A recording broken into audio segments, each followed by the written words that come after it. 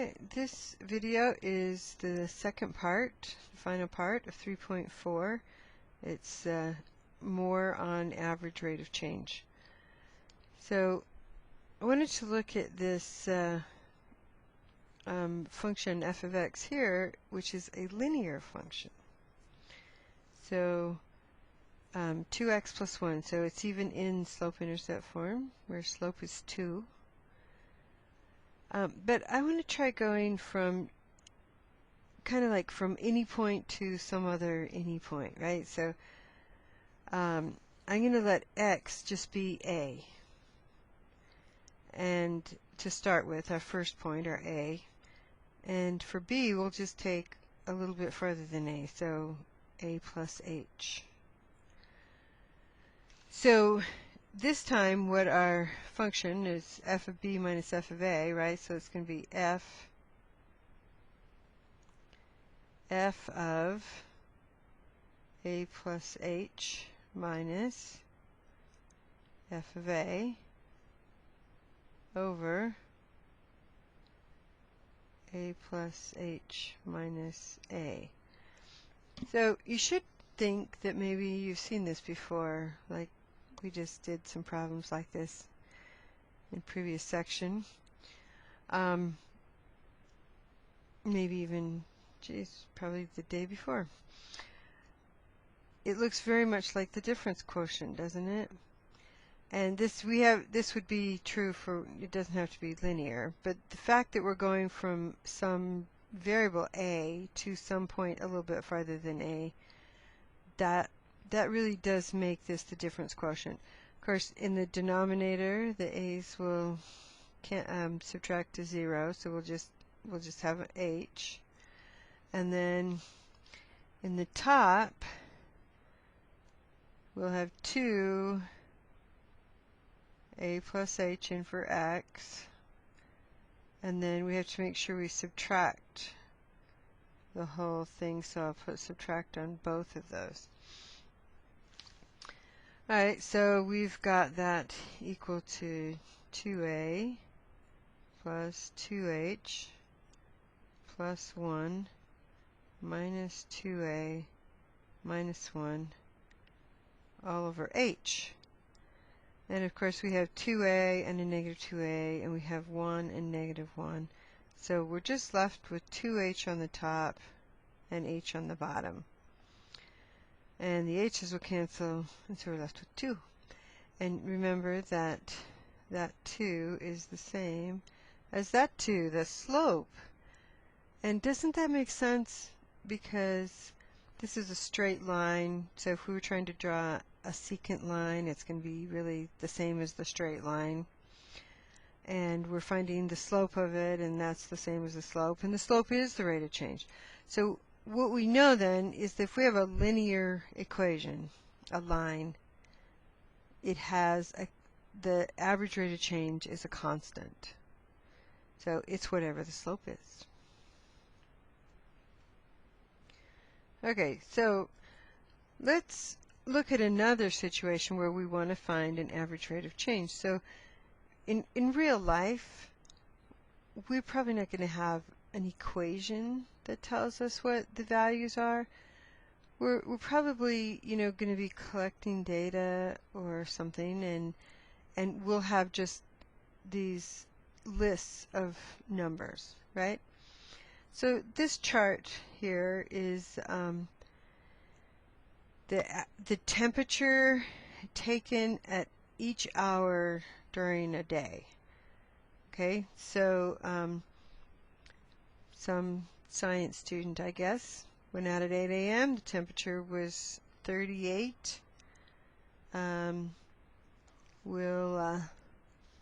Let's see, I'm not sure. I think, yeah, let's just say Fahrenheit. So it's a little chilly, but not too bad.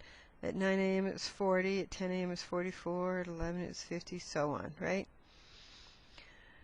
So this is more likely the way we're going to get data in the real world.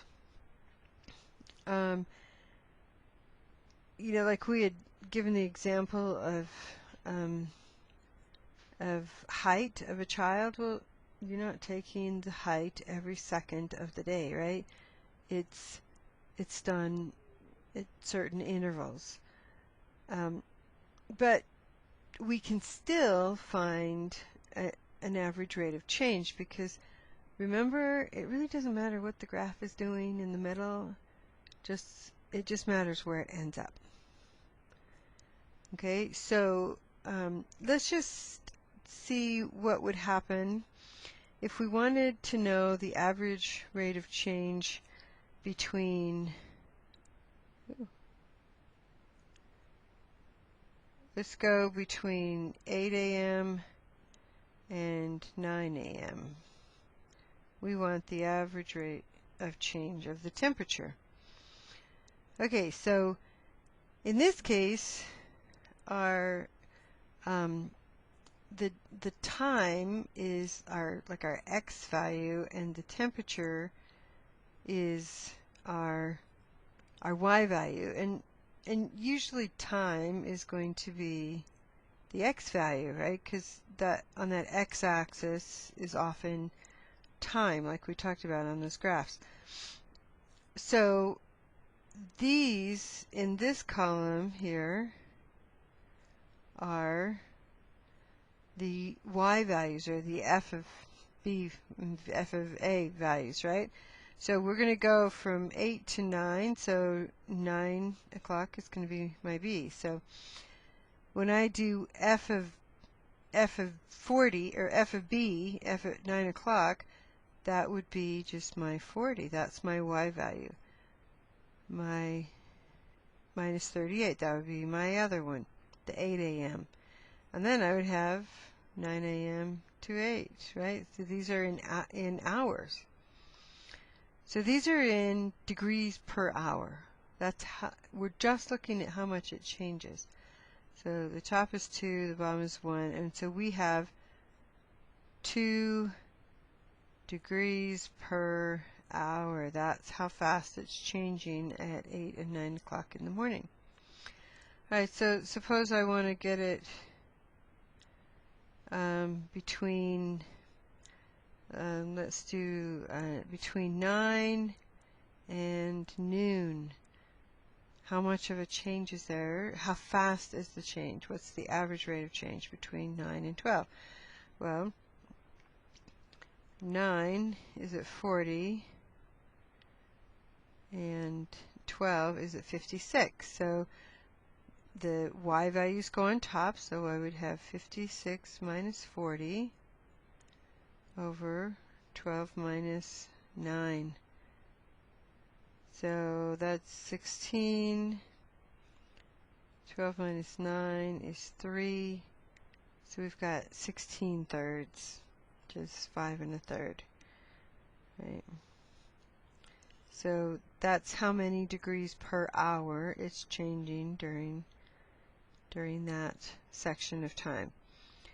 So now obviously, hopefully it's obvious, if I started to use these numbers up here, I wouldn't be able to subtract 4 minus 12, because I'm still looking at adding on additional things. So I would just count, right? So if I wanted to do the average rate of change between noon and 4, well, I have my 64 minus 56, so that one's okay. That's 8. Oops.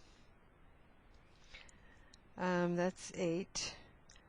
And on the bottom, I have the change 1, 2, 3, 4. Okay, so I would still be looking at how many hours I changed. So that would still be 2. So that means it's back to changing at 2 degrees per hour. Okay, so that's how we do it when we're looking at a table. So here's your quiz question for 3.4b.